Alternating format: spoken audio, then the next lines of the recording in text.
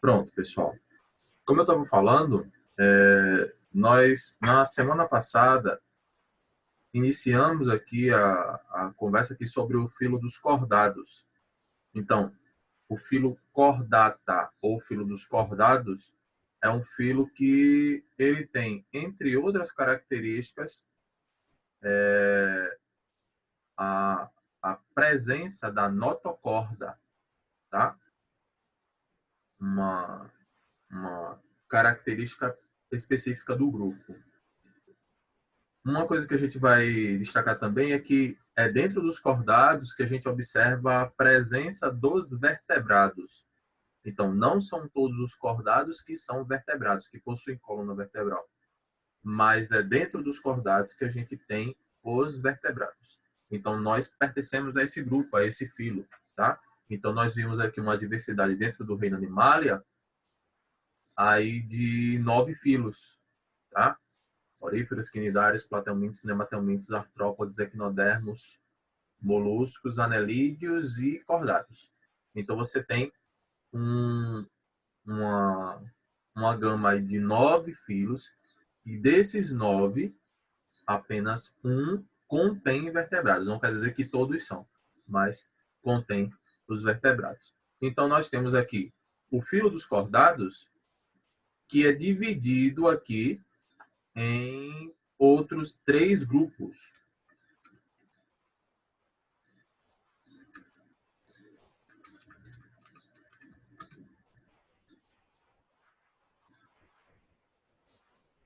Então, a gente tem aqui 3 grupos. Então, vê só.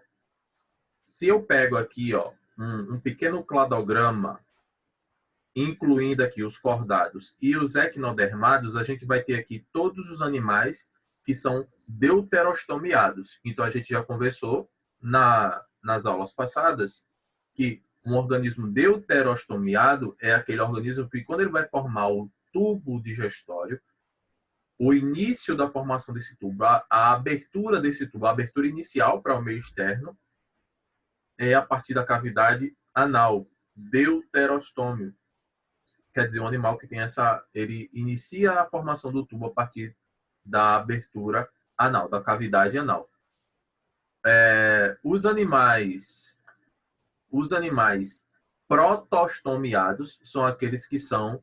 Eles iniciam a formação do tubo digestório a partir da cavidade oral. Então, a gente vai pegar os únicos filos que são deuterostomiados, a gente vai observar essa característica, são os filos dos equinodermos e o filo dos cordados, tá? Então, por isso que está nesse grupo, ó, nesse cladograma, equinodermados e cordados. Então, os equinodermados, os que a gente viu ainda há pouco na semana passada, nós falamos sobre os equinodermados, que são os animais que possuem cerdas, espinhos no seu corpo, né? Estrela do mar, ouriço do mar, pepino da praia, bolacha da praia, enfim. Esses organismos pertencem ao filo equinodermado. Essa característica deuterostomiado, ou essa característica deuterostomização, deuterostomia, ela está aqui nos equinodermos, mas também está nos cordados. Aqui, a gente também vai observar, para os cordados, além dessa característica da deuterostomia, a gente vai observar a metameria. Não sei se vocês lembram o que é metameria. Metameria é a segmentação do corpo. O corpo segmentado, o corpo dividido, subdividido em partes específicas, né? Formando órgãos, né? Então, a gente observa a metameria, a presença da notocorda, que vai ser essa estrutura que vai dar origem à coluna vertebral, dos vertebrados. Eles possuem a formação do tubo nervoso dorsal, tá? Tubo nervoso dorsal, fendas faringianas, ou fendas faríngeas, o endósteo, a gente vai falar dele, e a cauda pós-anal. Todas essas características estão presentes nesses grupos. Vê, se eu estou falando que cordado, o grupo dos cordados é um filo, né? Você tem reino animalia, filo A gente poderia dizer que os urocordados, cefalocordados e craniados, eles estão num grupo abaixo de filo. Se você pegar o refico, né? Reficofage, reino, filo, classe, então deveria ser reino, filo, abaixo de filo, classe, mas não é. Aqui, ó, urocordados, cefalocordado e craniados, a gente está falando de subfilo. É um grupo taxonômico que está entre filo e classe. Por quê? Porque se eu observar aqui dentro de, por exemplo, craniados, eu tenho a classe de peixes, classe de répteis, classe de mamíferos, classe... Tá entendendo? Então, e acima de craniados eu tenho os cordados. Então, cordado, filo, craniata, subfilo, e abaixo desse subfilo eu tenho as classes. Aí eu tenho classe dos, como eu falei agora, do peixe, de anfíbio e assim vai. Tudo bem? E assim vai também, subclasse, ordem, tá? A gente vai ver isso daí. Então, eu tenho aqui, a gente vai se prender aqui, pelo menos em alguns minutos dessa aula, para falar um pouquinho desses subfilos. Então, dentro dos cordados, eu tenho 3 subfilos aqui para a gente. E esses 3 subfilos, eles vão apresentar essas características que estão sendo colocadas aqui: deuterostomização, metameria, notocorda, turbo nervoso, fendas endósteno e cauda pós-anal, mas só o subfilo dos craniados é que apresenta crista neural, crânio e encéfalo bem desenvolvido, tá? Então a gente vai observar que essas características aqui estão específicas ao subfilo craniano. Então vamos lá. Os urocordados, cefalocordados e craniados, a gente tem aqui como subfilos. Antes da gente ver aqui o subfilo, fazer um pequeno passeio aqui pelas características, tá? O tubo neural, né? Ou cordão neural, cordão nervoso, ele vai ser uma estrutura que vai se formar a partir da ectoderme. Não sei se vocês lembram quando eu estava vendo desenvolvimento embrionário, que nós somos organismos com 3 folhetos embrionários. Então, nós temos endoderme, mesoderme e ectoderme. A ectoderme, nesses organismos, nos cordados, ela se dobra para dentro, a ectoderme se dobra para dentro, e quando ela se dobra para dentro, ela forma um tipo de canal, tá? Ela forma um tipo de canal que dá origem ao tubo neural, ao tubo nervoso dorsal. O tubo neural. Então, esse tubo vai ter um formato cilíndrico, né? Ó. Então, na fase embrionária, a parte anterior desse tubo sofre dilatação, assim ocorre a formação dos órgãos encefálicos. Então, você tem a formação, a partir desse dobramento, não só a formação do tubo neural, mas também a formação das estruturas neurais anexas ao tubo. Então, cérebro, cerebelo, enfim, encéfalo, né? A gente vai ter essas estruturas. Já a parte posterior, do tubo, vai ser responsável pela formação da medula espinal, cuja dimensão e complexidade variam de acordo com a espécie. Então, esse tubo neural é como se fosse um sistema nervoso primitivo. Um sistema nervoso não primitivo, mas sistema nervoso rudimentar, sabe? Um esboço do sistema nervoso. Vai dar origem ao sistema nervoso. Então, uma parte dele, você vai ter os órgãos encefálicos e outra parte, as estruturas que seriam aí a medula espinal e as ramificações também, tá? Então, o tubo neural presente aqui nos cordados. A notocorda vai ser uma estrutura que vai ter origem a partir da mesoderme. Então, a mesoderme, ela mais ou menos vai envolver o tubo neural, tá? Então, a notocorda situa-se entre o tubo neural e o tubo digestório, podendo ser mantida durante toda a vida do animal, como é o caso dos cefalocordados. Já nos craniados, que são os vertebrados, essa estrutura é substituída pela coluna vertebral. Ou seja, a notocorda, formada pela mesoderme, envolve o tubo neural, e esse tubo neural dá origem aos órgãos do sistema nervoso central, né, principalmente, periféricos também, mas vai dar origem ao sistema nervoso, basicamente, e a notocorda vai envolver esse tubo, vai envolver ali o sistema nervoso, parte do sistema nervoso central, né? Para formar a coluna vertebral, né? A notocorda, ela se modifica em coluna vertebral nos craniados, tá? Só para lembrar. Urocordados, cefalocordados não vão possuir essa estrutura como a gente tem, né? Não vão possuir uma coluna vertebral como a gente tem. O endósteo, pessoal, ou endóstilo, como está aqui no livro, mas alguns materiais vão trazer o nome endóstio, ele é um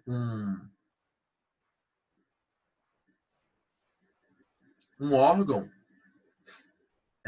que ocorre em todos os organismos do filo dos cordados, e ele tem uma função semelhante à tireoide. Inclusive, ele está ali presente numa região semelhante à tireoide também, ali mais ou menos na região da traqueia, da faringe, traqueia, tá? Nessa altura. Ele vai ter algumas secreção de substância, secreção de conteúdo que vai auxiliar no controle de sais no corpo, tá? Então, o endósteo ele tem essa função de controle hídrico, controle hidrostático, né? Enfim, e vai garantir que o nosso organismo ele se mantenha em homeostase, né? A partir dessa filtração de alimentos. As fendas faríngeas ou fendas faringianas vão ser estruturas que a gente vai observar semelhante ao que a gente vê nos peixes, né? Que tem as fendas branquiais, que vai ter função também parecida, né? Aqui vai ser troca gasosa, as fendas faringianas, tá? Ó, nos peixes, essas fendas se unem às brânquias e favorecem a oxigenação do sangue. Nos animais pulmonados, elas regridem, tá? Então, quando a gente vai desenvolvendo, quando a gente vai crescendo, vai se desenvolvendo, essas fendas vão dando lugar a outras estruturas. A cauda pós-anal também, né? Deixa eu colocar o pessoal aqui para dentro da sala.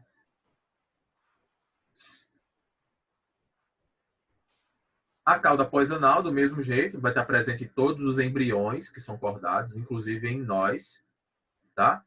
Só que em grande parte dos craniados que não desenvolve cauda, né? Os que não desenvolve cauda, essa cauda não desenvolve justamente porque ela vai atrofiando à medida do desenvolvimento embrionário. Ela vai atrofiando e vai restar só a última vértebra, que é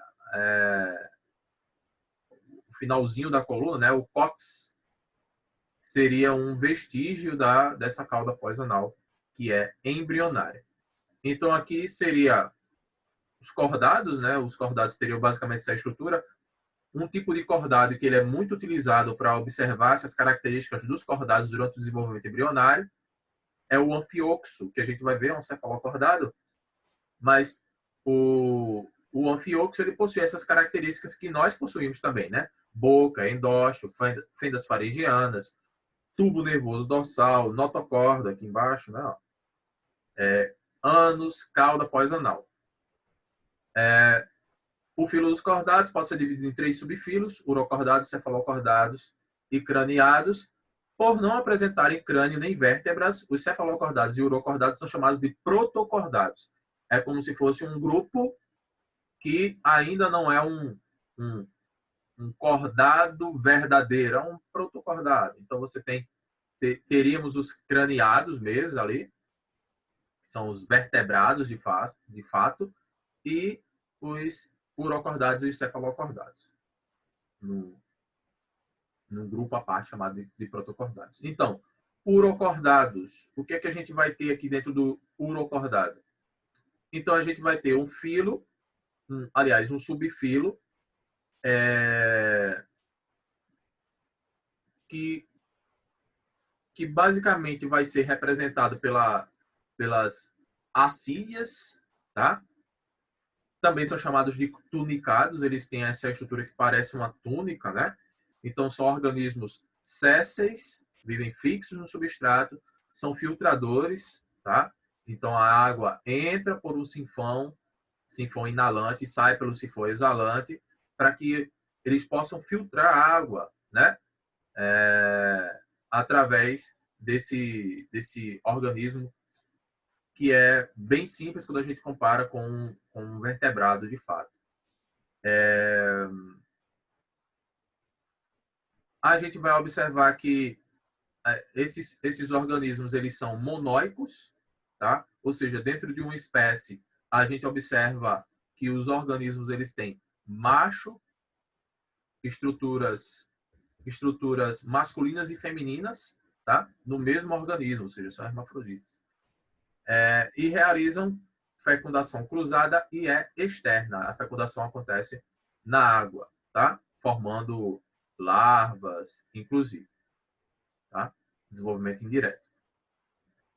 Quando você vem para os cefalocordados, assim, só para a gente observar aqui, urocordado, eles têm, ó, uro significa cauda. Tá? A gente vai ver um grupo aqui daqui a pouco dos anuros, tá? Animais sem cauda, né? Então, os urocordados são animais que têm um cordão aqui, ó, ou seja, tem a notocorda, só que é só no período, aliás,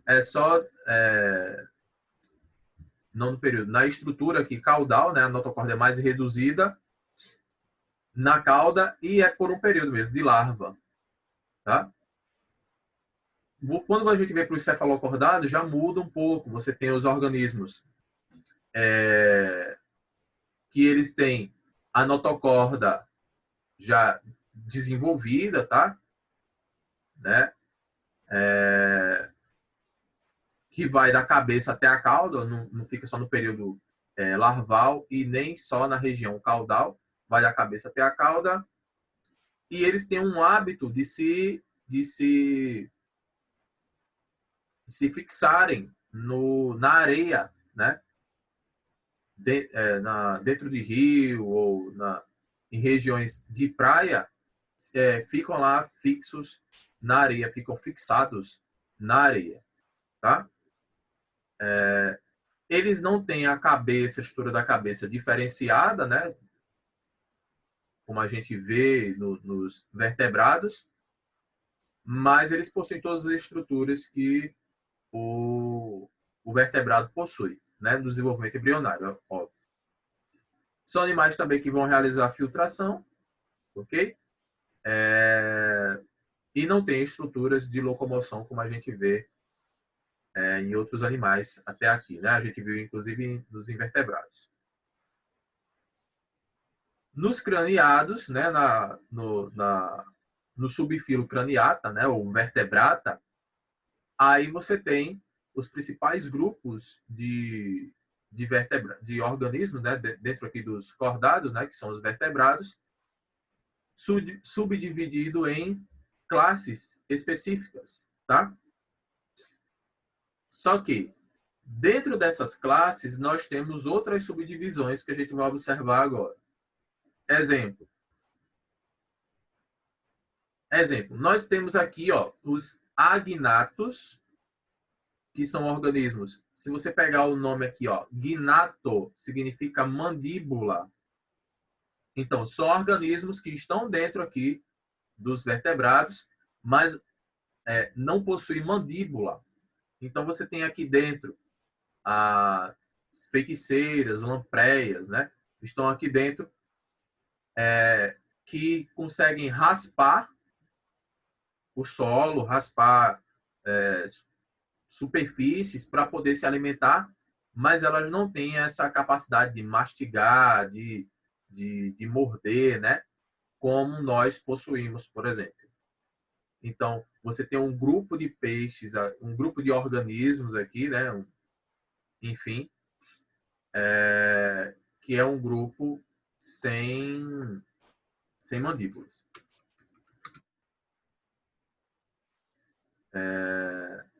Quando você vem para os gnatostomados,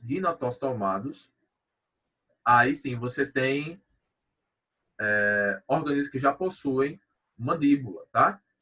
Esses gnatostomados, que a gente está vendo aqui, ó, nós temos os condrictes, que são os peixes cartilaginosos, e os osteictes, que são os peixes ósseos, tá? Além disso, nós temos os anfíbios, os répteis, as aves e os mamíferos. Todos esses organismos a gente fala que são mandibulados. Todos eles possuem mandíbulas. Aí vamos lá.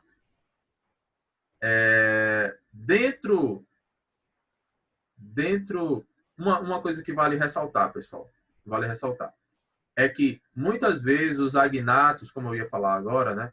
Os agnatos, a gente fala assim, os agnatos é um grupo de peixes. Na verdade, é porque assim, dentro dos craniados, nós temos os agnatos e os gnatostomados.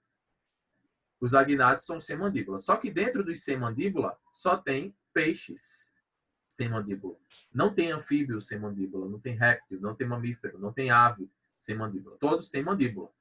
Então, se você separa em dois grupos, sem mandíbula e com mandíbula, sem mandíbula vai ser só esses grupos de peixes que a gente está vendo aqui. Tá? Peixe bruxa, feiticeiro. Tá? Quando você vem para os gnatostomados, são todos os outros. Inclusive alguns grupos de peixes, né? A maior parte deles, dos peixes. E vem as outras classes, né? Anfíbios, répteis, aves e mamíferos. Aí vamos lá. Dentro dos peixes com mandíbula, tá? Peixes gnatostomados, nós temos os condrictes e os osteictes. Condrictes, peixes cartilaginosos, e osteictes, peixes ósseos. Ok? Vale ressaltar uma coisa aqui. Se a gente fosse dividir os organismos vertebrados de acordo com o controle da temperatura, nós teríamos dois grupos.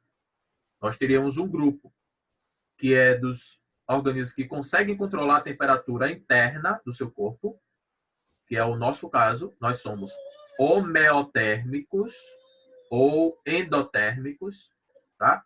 A gente controla e estabiliza a temperatura interna. Mesmo se a gente baixar a temperatura do ar-condicionado para 18 graus, a temperatura do nosso corpo continua em 36,7. Ok? Nós somos homeotérmicos com as aves e com os crocodilos. Jacarés e crocodilos. Crocodilianos. Jacarés e crocodilos. Um grupo de répteis que também são homeotérmicos. Então, homeotérmicos nós temos os crocodilianos, aves e mamíferos. Agora, esses peixes, os anfíbios e os outros répteis que não são crocodilianos, eles são pecilotérmicos ou exotérmicos, tá? Ou seja, eles não conseguem manter a temperatura do corpo constante. A temperatura do corpo varia de acordo com a temperatura do ambiente. Se no ambiente tiver 20 graus, a temperatura do corpo está 20 graus. Se o ambiente aumentar para 30 graus, a temperatura do corpo aumenta em 30 graus. Tem até enfim, esse negócio mega curioso, as curiosidades, né? Eu já vi colocando assim, você sabia que se você colocasse um sapo no fogo, aí já tá errado porque olha o negócio que tá pedindo para colocar, né? Fazer. Tá sugerindo, né? Mas se você colocasse um sapo no fogo, numa vasilha com água, e colocasse essa vasilha no fogo, ele não iria sair. A temperatura iria aumentar e ele não iria sair. Ele ia morrer de desidratação, né? As proteínas iriam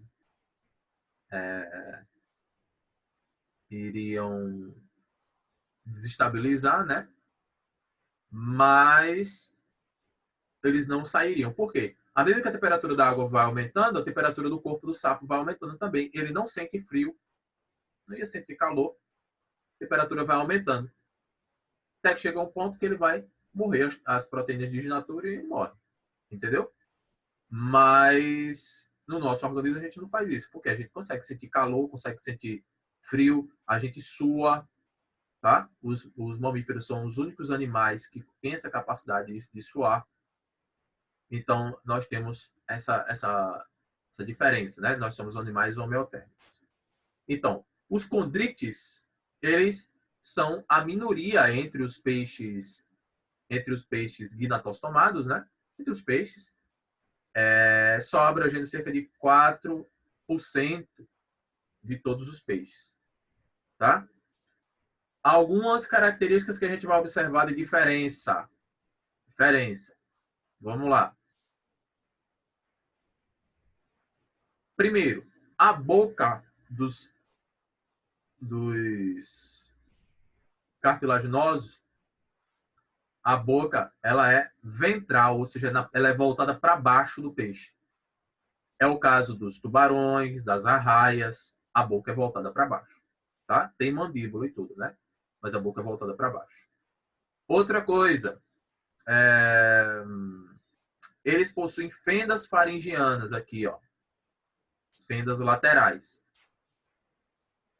Quando a gente vai observar outros peixes, os peixes ósseos têm opérculo.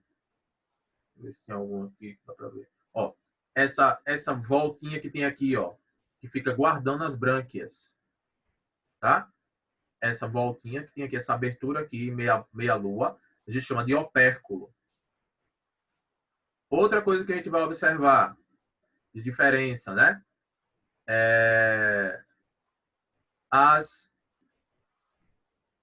Deixa eu ver se está isso mesmo.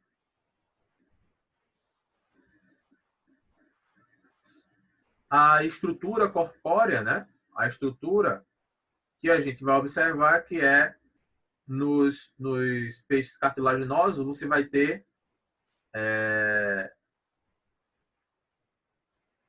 pequenas escamas, bem miudinhas, e às vezes até a ausência delas diferente do que a gente vê nos peixes ósseos, né? Você vê as escamas bem claramente, né? Nos peixes ósseos. E além do principal, que é a questão do esqueleto, que é cartilaginoso. Tá? Quando você vai observar o do peixe ósseo, obviamente é ósseo. Uma coisinha. Nos peixes ósseos, nós vamos ter as escamas geralmente formando uma linha que a gente observa, tá?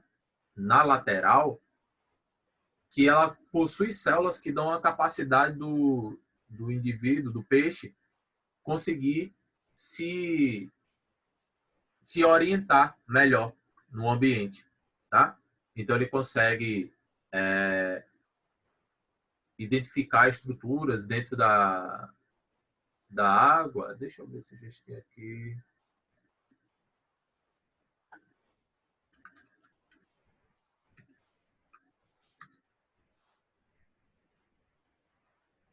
Então, a gente vai ter, porque aqui não tá mostrando não, mas seria mais ou menos uma estrutura que a gente observa até uma coloração diferente na lateral do peixe, tá?